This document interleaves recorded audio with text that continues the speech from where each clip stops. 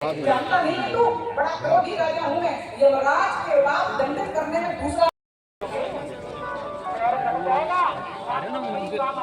स्वागत में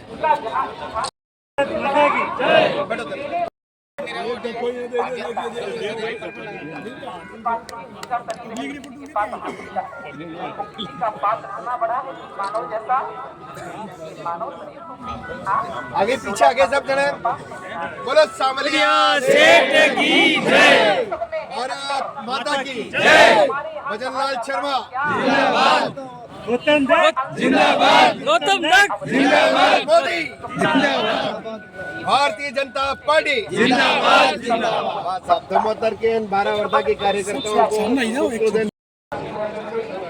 क्या हालचाल है, क्या लग रहा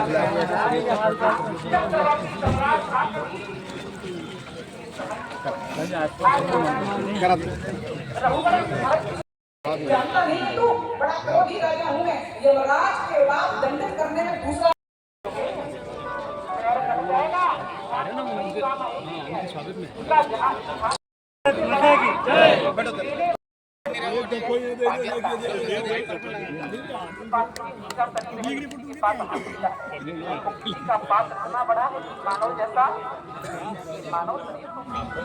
आगे पीछे आगे सब जने बोलो सामलिया सेठ की जय, भारत माता की जय, भजनलाल शर्मा जिंदाबाद, गौतम दत्त जिंदाबाद, गौतम दत्त जिंदाबाद, मोदी जिंदाबाद, भारतीय जनता पार्टी जिंदाबाद जिंदाबाद। सब धर्मोत्तर के 12 वर्धा के कार्यकर्ताओं को बढ़िया काम में लगा। क्या हालचाल है, क्या लग रहा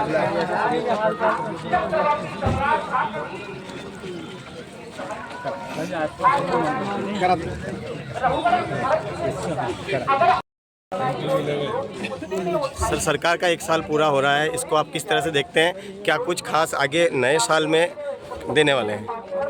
आज सरकार का कुछ दिनों पूर्व ही एक वर्ष पूर्ण हुआ। देश के प्रधानमंत्री जी हमारे राजस्थान की धरा पर पधारते हैं और जिस प्रकार से 1 साल का टेन्योर रहा, उन्होंने भी अपने उद्बोधन में जिस प्रकार से राजस्थान सरकार की, इसकी पूरी टीम की जिस प्रकार से प्रशंसा की है, वो हम सबके सामने है। और सरकार ने जो काम किए हैं वो धरातल पे किए हैं। आज जिस प्रकार से हम ERCP की बात हो, यमुना जल समझौते की बात हो, चाहे ऐसे बजट घोषणाओं की बात हो, पिछली सरकार में 4.5 साल तक किसी प्रकार के कोई काम नहीं हुए। उस सरकार के स्वयं मुख्यमंत्री ये कहते थे कि 2 साल से मैं घर से बाहर नहीं निकला। जिस सरकार का मंत्री 2 साल, मुख्यमंत्री अगर घर से बाहर 2 साल नहीं निकलेगा तो उस प्रजा का क्या होगा। लेकिन हमारे मुख्यमंत्री जी को आपने देखा होगा, पूरे 1 साल गांव-गांव, चाहे से दिल्ली जाना पड़े या उसके लिए विदेश जाना पड़े, राजस्थान में निवेश लाने की बात हो। आज आपने देखा राइजिंग राजस्थान के माध्यम से राजस्थान में 35 लाख करोड़ के नए MOUs करके इन्वेस्टमेंट लाने का काम उन्होंने किया है। बजट में जो उन्होंने पहले साल में पिछली सरकार में 4.5 साल तक वो सरकार भूल गई थी। 4.5 साल बाद उनको चुनाव आते हैं सामने और जनता की याद आती है। हमारी सरकार पहली बजट में घोषणाएं भी करती है, उनको धरातल पे लाने का भी काम करती है। हमने जो भी घोषणाएं की थी, जो भी हमारी बजट की घोषणाएं थी, उन सबको पूरा करने का काम किया है। चुनावी जो हमारी घोषणाएं थी, उसको भी 60% पूरा करने का काम पहले ही वर्ष में हमारी भजनलाल जी की सरकार ने किया है। मैं आपको गारंटी के साथ कह सकता हूँ, हमारी सरकार युवाओं की सरकार है। जिस प्रकार से पिछली सरकार में पेपर लीक माफिया हावी था, हमारी सरकार बनते ही दृढ़ इच्छा शक्ति के साथ आदरणीय मुख्यमंत्री जी ने बताया कि हम पेपर लीक माफियाओं को जेल भेजने का काम करेंगे। आपने देखा होगा जिस प्रकार से कार्रवाइयाँ हुई हम सबके सामने, और केवल कार्रवाई करने का काम नहीं, नए रोजगार देने का काम भी हमारी सरकार ने किया है। 1 लाख नए रोजगार देने का, उसके लिए भी हमारी सरकार ने काम किया है। 4 लाख नए रोजगार जो है वो भी कैसे युवाओं को मिल सके, इसके लिए भी प्रयासरत है हमारी सरकार।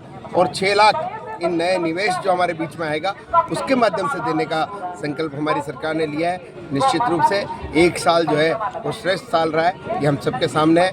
मैं इस अवसर पर पुनः यहाँ धर्मोत्तर और 12 वर्धा की जनता को भी, जिस प्रकार से यहाँ एक एम्बुलेंस की जरूरत थी, यहाँ हाईवे भी है, तो दोनों ही जगह हमारे मुख्यमंत्री जी ने और हमारे स्वास्थ्य मंत्री जी ने धमोतर पीएससी और बारावदा सीएससी के लिए एक एक नई एम्बुलेंस देने का जो उन्होंने काम किया है, यहाँ की क्षेत्र की जनता की परेशानियों को देख करके मैं इस अवसर पर उनको भी धन्यवाद देते हुए पुनः यहाँ पधारे सभी कार्यकर्ताओं को भी धन्यवाद देते हुए आप सबको बहुत बहुत धन्यवाद, आभार। आप सर सरकार में सहकारिता विभाग देख रहे हैं, मंत्री का जो आपका पदभार है डायरेक्ट किसानों से जुड़ा हुआ है। किसानों के लिए क्या कुछ खास लाने वाले, जिस तरह से अपन देख रहे हैं कि दिन में बिजली की मांग प्रमुख रूप से उसके लिए सरकार भी काम कर रही है, आगे क्या कुछ होने वाला है किसानों के लिए?